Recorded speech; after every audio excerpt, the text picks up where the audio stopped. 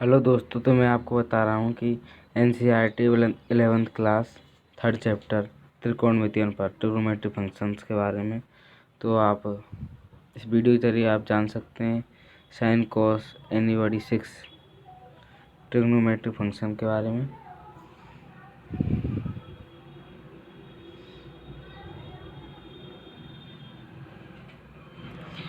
तो देखिए, जैसे कि इसमें वीडियो है, इसमें ये जो फोटो है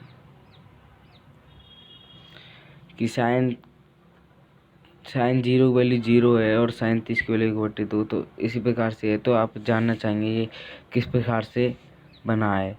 तो मैं आपके लिए ये बता दूं कि 0, 30, 45, 60, 90 ये सब वैल्यू हैं इन सब की। इसमें क्या है, सबसे पहले 0, 1, 2, 3, 4 गिनती लिख लेना है। उसके नीचे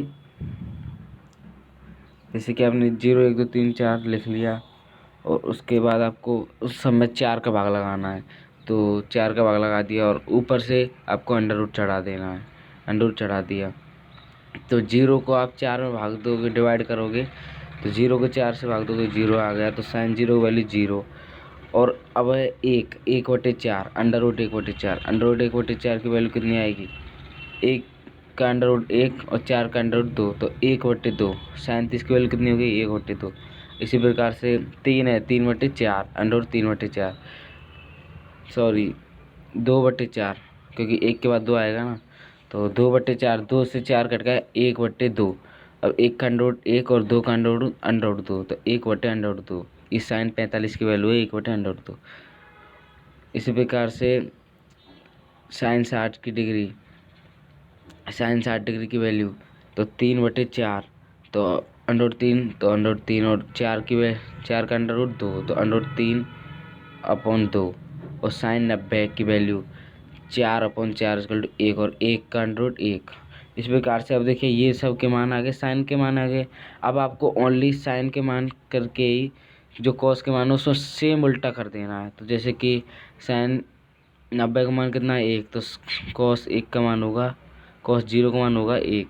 इसी प्रकार से जो साइन 60 का मान है वो साइन 30 का होगा, और जो साइन 45 का मान है वो कॉस 45 का होगा, और जो साइन 30 का मान है वो साइन 60 का होगा, और साइन 0 का मान साइन 90 के मान के बराबर होगा।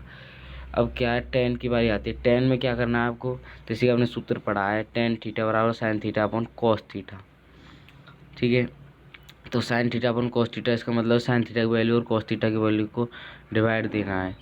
तो आप जैसे ही डिवाइड दोगे तो 1 का 0 में डिवाइड दोगे तो 0, और 1/2 का अंडर 3/2 में डिवाइड दोगे तो 1/3 बचेगा। तो ये यहाँ पे लिख दिया है। और 1/2 अपॉन 1/2, तो ये आपस में कट रहे हैं तो 1 बचेगा। और अंडर 2/2 और 1/2 ये आपस में कट रहे हैं तो अंडर 3 बचेगा। और 0 का 1 से भाग देने पर, ये बात हमेशा आप याद रखना, अगर 0 किसी अन्य संख्या से टकरा रही है, जिससे भाग दे रही है, अगर अन्य संख्याओं को भाग दे रही तो हमेशा अनंत, अनंत का मतलब होता है अपरिभाषित, जिसका कोई वैल्यू नहीं है या कुछ भी नहीं है, वो अपरिभाषित है। मतलब 0 अगर किसी से टकरा रही तो अपरिभाषित है, लेकिन अगर 0 से कोई टकरा रहा है तो उसमें 0 ही है। अब ये आ चुकी हैं। इसके बाद आपको क्या करना है, कॉट की वैल्यू के लिए आपको सेम उल्टा कर देना है। टेन का जो भी उल्टा है ना, जो 90 है वो 0 हो जाएगा, जो 60 है वो अंडर 3, मतलब जैसे कि कॉस 60 की वैल्यू अंडर 3 है, वो टेन 60 की वैल्यू अंडर 3, तो कॉट 30 की वैल्यू अंडर 3। इस प्रकार से सेम उल्टा कर देना, आपको करते करते जाना है। अब आती है सेक की बारी। सेक को क्या करना, सेक के लिए आपने सूत्र पढ़ा है, सेक थीटा बराबर 1/cos थीटा। तो 1/cos थीटा, आपकी cos थीटा की वैल्यू आपके पास है, तो वैल्यू है आपके पास, तो इसमें कोई दिक्कत नहीं है। आपको cos थीटा सेक की वैल्यू निकालने के लिए cos का उल्टा करना होगा।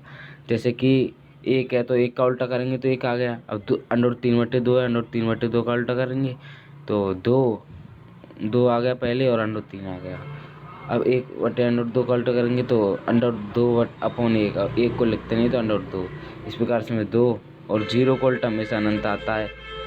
और कोसेक के लिए आपको क्या करना है, या तो आप साइन का अल्टर कर दीजिए या फिर सेक का उल्टा लिख दीजिए, किसी प्रकार से आप कर सकते हैं। तो ये आपको उम्मीद है कि जानकारी है आपको सही आई होगी वीडियो समझ में।